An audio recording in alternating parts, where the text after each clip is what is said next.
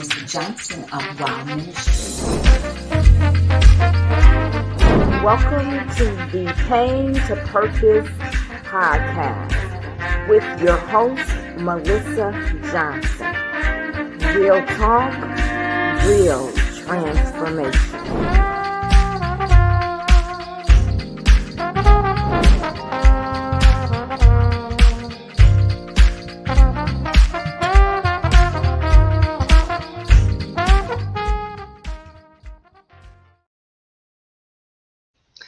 And welcome to the Pain to Purpose podcast. I am your host, Melissa Johnson, and welcome. It's been a while. This is my first podcast of 2024, and I am so excited to be back with you guys. And I have a wonderful guest. Listen, this is just a sneak peek preview of what is to come. Just a sneak preview of what's to come. We're coming live next Tuesday. At what time? Oh my gosh. What did we say? 4 o'clock next Tuesday, 4 o'clock. Oh guys. My gosh. I had a moment just now. 4 o'clock next Tuesday. We're coming live, and we have some important information to share with you as it relates to stroke survivors. So please tune in. This is a sneak preview. Well, my special guest today is none other than Meredith Casarelli. I got it right. Yes, you got it. There you go. Meredith Casarelli. She is the CEO and founder of Speak Your Truth, LLC. She owns and operates it by Meredith Force Casarelli. Speak Your Truth takes a holistic approach to give you the tools you need to communicate at your optimum level. It's a pleasure to serve you, and it's a pleasure to have you on today. Welcome to the show. Thank you. I'm so happy to be here. We're so happy to have you here, and it's just a pleasure to share with everyone just a little information about stroke survivors. So we just wanted to give them a peek preview today. So just tell us a little bit about who you are, Meredith, who you are, and why should we pay attention to you? Well, thanks. I just have to apologize. I just heard my daughter yell, and I wanted to make sure everything was okay. Real life from working from home. I am a speech language pathologist. I have worked in the rehab field for, oh my gosh, many years, almost 20 years now. And I've worked with stroke survivors. I've worked with head injury survivors. I've worked with people with dementia, Parkinson's. I also work currently with people who are working on their voice. I work a lot with coaches and professionals to work on their public speaking. So I've been around, and also as a speech language pathologist, I'm an educator. I work in a university setting, and I help bring up the new world of speech language pathologists, the next generation of us. But I'm really excited to be here because I really think it's important for many people. I think it's important for people to understand how to navigate the medical system in a successful way when they're going through something traumatic like post-stroke experiences, particularly for family members. So I really, really am very excited to be able to share and give back and let people feel empowered on their own to communicate and things like that. And empowering is so important because I tell you, I just want to share just a little bit of our experience. It's been a journey just trying to make sure we're getting the care that my mom needs. My mother is a stroke survivor. She had a stroke about almost 2 months ago. And she's still in the hospital care. But just to understand, Meredith, what she was going through, what has happened to her, what she's going through, and what do we do? because this has never happened to our family before. So I had no idea what to do, and how to communicate with the doctors and nurses and what to expect. We had no idea what to expect. What was the next procedure? What was the next place she would have to go to? What was the next level of care? We just didn't know that information. And I said, well, if I don't know that information, I'm sure there's a lot of people out there need to know that same information. And so they don't feel like they're armed and really ready to, and prepared to help their loved ones in case of, a stroke. Right. And I think that that's really, as having been in the medical field, there's a lot of nuances, and there's a lot of different things that happen after someone has had a stroke. And it's really, really important I think it's very important for people to understand the different steps, right? I think it's number one, really important for people to understand what to look for if someone is having a stroke, but then also what they need to do. And then for beyond that, what are the steps in rehab? What are the steps in the hospital? What kind of care should you be asking for? And really, what are the questions that we should be asking? Who should we be speaking to? All of that is really, really important. And I was young when I started my career, but even now, just speaking to friends, family members who haven't been in the medical field, people just don't know. And I think it's really, really powerful when you do know just a little bit more. You just feel, like we said before, really empowered to be able to ask the questions and really get the right care and get the right answers, right? And get clarity, because everything related to medicine can be so confusing, especially when you're going through a traumatic event. You can't process. You seriously cannot process it. So it's really helpful to have a little bit of a baseline. And that's really what I want to do for people, is help them have a baseline on what to do in these circumstances and what to look for. And what to look for, because listen, it's better to be well prepared before it happens than trying to prepare yourself in the midst of it happening. Yes, and that's how I found myself.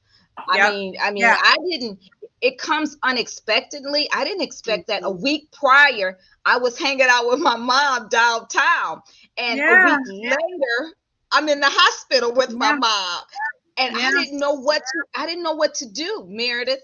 And how I found you is on one of our sites that we are on together, our coaching site, I just put a cry for help. I need help to understand what's going on. What do I do? And you were so gracious to help me. And I really appreciate that. And it appears like we've been friends for years, but I just met you a month ago. I love that, Melissa. That's like my favorite thing about this.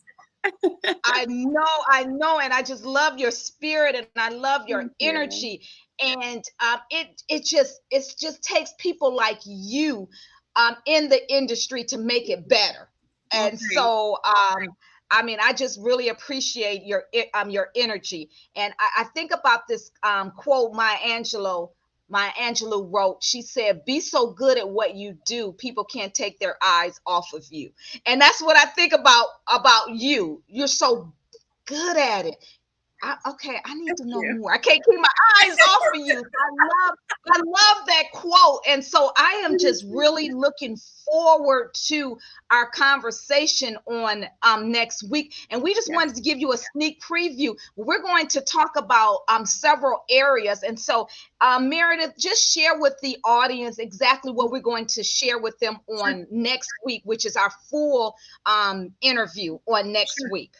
Absolutely. So next week, we're going to speak about a couple of things. And Melissa is so great because she has asked me so many questions that have really, I already knew kind of what I wanted to speak about. But then as she and I have been chatting about this, her questions have really guided me to hone in on certain areas that I think are really going to be valuable to the audience. So the things that we're going to talk about is, number one, we're going to talk about stroke symptoms, what to look for, as soon as you think that someone might be having a stroke, even if it's not, you could suspect it might not be a stroke. We're gonna talk about those different symptoms. I will tell you this right now: it's act fast, and I will go into all that. Those excuse me, that's an acronym. I will go into that next week. Then we're going to speak about what happens immediately after a stroke when you go into the ER or go into a hospital, how quickly you should get there, and what is going to happen very quickly when you get there. Then we'll start talking about the different levels of care from an ER visit all the way out to discharge and going home with rehab and everything involved. Okay. I will talk about the different types of care providers that you're going to meet, from doctors to nurses to therapists. I'm going to really do my best to give you as much information as possible, but also give you the opportunity to learn about the types of questions that you're going to want to ask if your family member is going through this. Yeah. So that's what we're going to get into. That's awesome. How important is it for the family to advocate for their loved one that has had a stroke? How important is that? I mean, I think advocacy is key for anyone. And I'm not saying you need to go in and fight, right? You may not need to. There are people who do need to go and fight with hospital administrators. You know that experience. But you also, advocacy is just knowing that you're allowed to ask questions. You're allowed to get clarification on what a nurse, a doctor, or a therapist is telling you. If you don't understand something, it's okay to ask the question, and don't worry about someone's level of annoyance. I will tell you, most people are happy to give you the information because they do recognize, particularly on stroke units, particularly in rehab units, the majority of the time people are willing to answer those questions for you because they know that you're in a very delicate state and it's hard to understand certain things. But advocacy comes down to knowing that you can ask the questions, and you should ask the questions. If you have a question in your head, you ask it. Don't even worry about what someone is going to say. Question. Right. Meredith, I thought about two things. One is I thought about, which I did not know, as advocating for your family member, you want to make sure they're getting the best care possible. Okay, because you want them to survive this. This is what we're talking about, stroke survivors. You want them to survive this stroke. So you want to make sure they're getting the right care. And as you advocate for them, you need to show up. You need to be there. You need to be there for your loved one, and you need to notice everything about, what's going on with their body and all of that. You just need to notice, their progress. That's very important. And if you see something that doesn't look right, you need to let the nurse or someone know. I think that was very important. For us, if we didn't see something that looked right, we spoke up. And I think that was beneficial for my mom's care. Another thing that I found out, Meredith, was that sometimes, I'll say it like this, the right nurse may not be the right person for your parent. And I found out that you can request a different nurse. Because the RN is the one that's really doing the work and on your loved one. And if it's not a good match, and I'm just not saying a good match, personality wise, I'm just saying if you believe that she's not getting the care that she needs, you can request another nurse. And I think that was major for us because we didn't know we had that power. And so we're talking about empowering individuals that have to face this particular journey. You have options, and we just want you to know the options that you have. 100%, Melissa. I absolutely agree with you. And I think that I love what you said about families being present as much as possible. I mean, you are the living proof of how important it is for families to be present, you and your family, how much you're there, and that the amount of traveling that you're doing. I mean, it really speaks to the fact that you understand the need for advocacy, but it also speaks to the fact that you care so much. So I think it's really important for people to take somebody like you as a model who's currently going through this. Obviously, you're learning a lot of things along the way, but your foundation of needing to be there is so critical. And I think that people could really take a lot from learning that from you, for sure. And another thing about being there, your loved one needs you there. They need to hear your voice. They need to see your face. And I think it's important in their healing to know that you're there, right? Yes. To know that you're there. Yeah. Absolutely. And so how important you think that is, Meredith? And I'm just assuming it's important, but how important is that? Personally, I think it is very important. I think it is critical to have a family connection, to have people there that you hear. I don't have the statistics in front of me, but people who have family by their side during recovery typically do better than people who don't have familial support when they're recovering from something, right? Or and that's for anything. Okay. That's not just strokes. It's anything, right?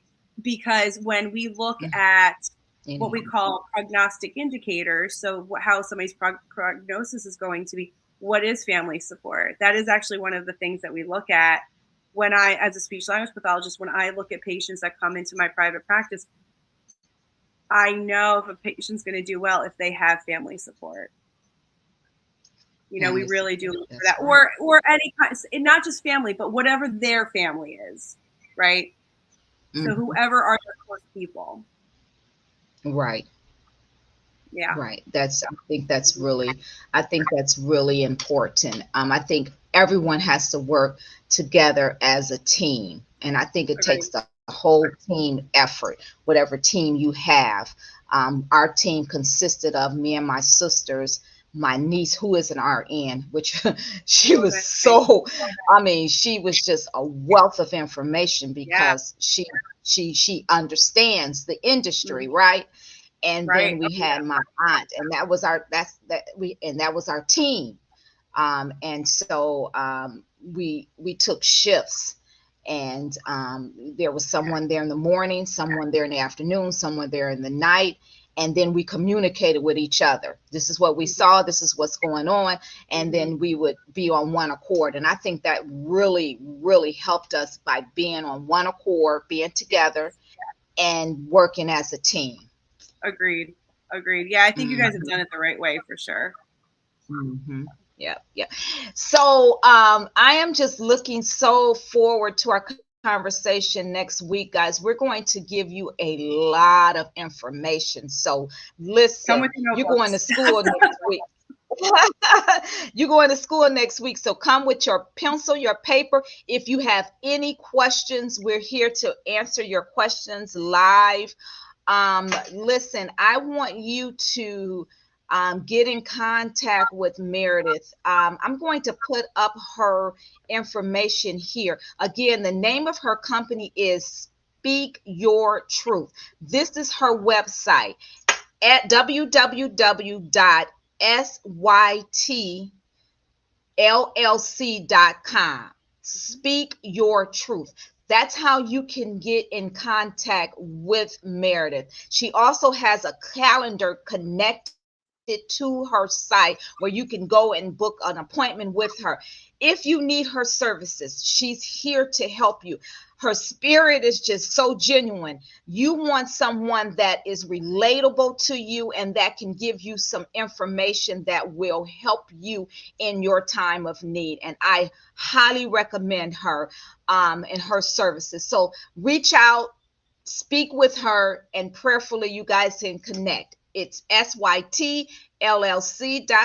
Speak Your Truth. Meredith Cazzarelli. Did I get it right? You did. Okay, so we're not going to Go ahead. We're not going to be on here long. Listen, we just wanted to give you a little sneak preview of what is to come. And we're going to talk about things that relates to stroke and stroke survivors. Okay. So we want you to tune in. If you know anyone who's actually going through this, have them watch, share, like, share this information with them. You can go right to my website, Wow Ministries LLC. That's my website. You can go right. We're both on Facebook. Meredith Casarelli, you can go right to my website. I'm sorry, right to my Facebook site, and you can just click on her name and it'll take you right to hers. Friend her and then find out all the information you need. We're open and we want to help. We want to help you. And this is why we are coaches, because we want to help you through this journey, whatever journey it is. Pain to purpose. Pain can be in a whole lot of different areas, you know, and I talk a lot about emotional pain, but this is probably the most pain I've ever been in my life, Meredith. Yeah. This has been very painful for me. Yeah. And I'm sure any loved one who has to see their loved one go through, you know, a sickness like this, it takes a toll on you. So if we can give you the information that will make it a little easier for you, we're here to do that. So Meredith is the professional and I just have a little experience. And so we're going to come back and we're going to share everything that we have with you next Tuesday, guys. Next Tuesday, 4 p.m. 4 p.m. Set your alarm clocks. Put it in your calendar, put a timer on it, and we want you to show up with your questions, and we are going to speak life into your world. I don't know if I said it right or not, but we're going to speak life into you. That made sense to me. Yeah. That makes to your world. And so Meredith, your final thoughts before we say goodbye and see you later. I'm just looking forward to sharing and connecting with others and being able to empower them in the same way that you felt empowered when we first started speaking. You know, I just really want other people to feel confident to do what they need to for their family members. I'm really happy to share just the little bit that I can with them in this time. Absolutely. Absolutely. And we're just looking forward to the conversation and just to grow. We just want to grow and make sure we have all of the information needed, and just in case we need it, we have it. Just in case we need it. And so I thank you for this sneak preview of what is to come. And guys, I know this is a serious matter, but you know, we got a little sense of humor. Both of us have a little sense of humor. Yeah. So we're going to add a little humor with our conversation so it's not so serious. But this topic is serious, right? This topic is serious. But we're going to try to put some humanity. We're going to season it with humanity. So we're going to bring our season humanity. Yes. Season it with humanity. We're going to bring our little wit to the conversation. So we will see you next week. We're going to talk about stroke survivors, and we're going to bring Meredith Casarelli back with us on live, and we're going to speak a little longer next week. So I want to thank her for her time. I want to thank her for her sacrifice. And I just pray blessings upon her business and everything that she does. So thank you, Meredith. Thank you, audience. Thank you all for watching this sneak preview. And we'll see you back next week on the Pain to Purpose podcast. Real talk, real transformation. Real talk, real transformation. See you next week. This is Melissa Johnson of Wow Ministries. Thank you for watching the Pain to Purpose podcast with your host, Melissa Johnson. For more information on this topic and others, go to our website at wowministriesllc.com.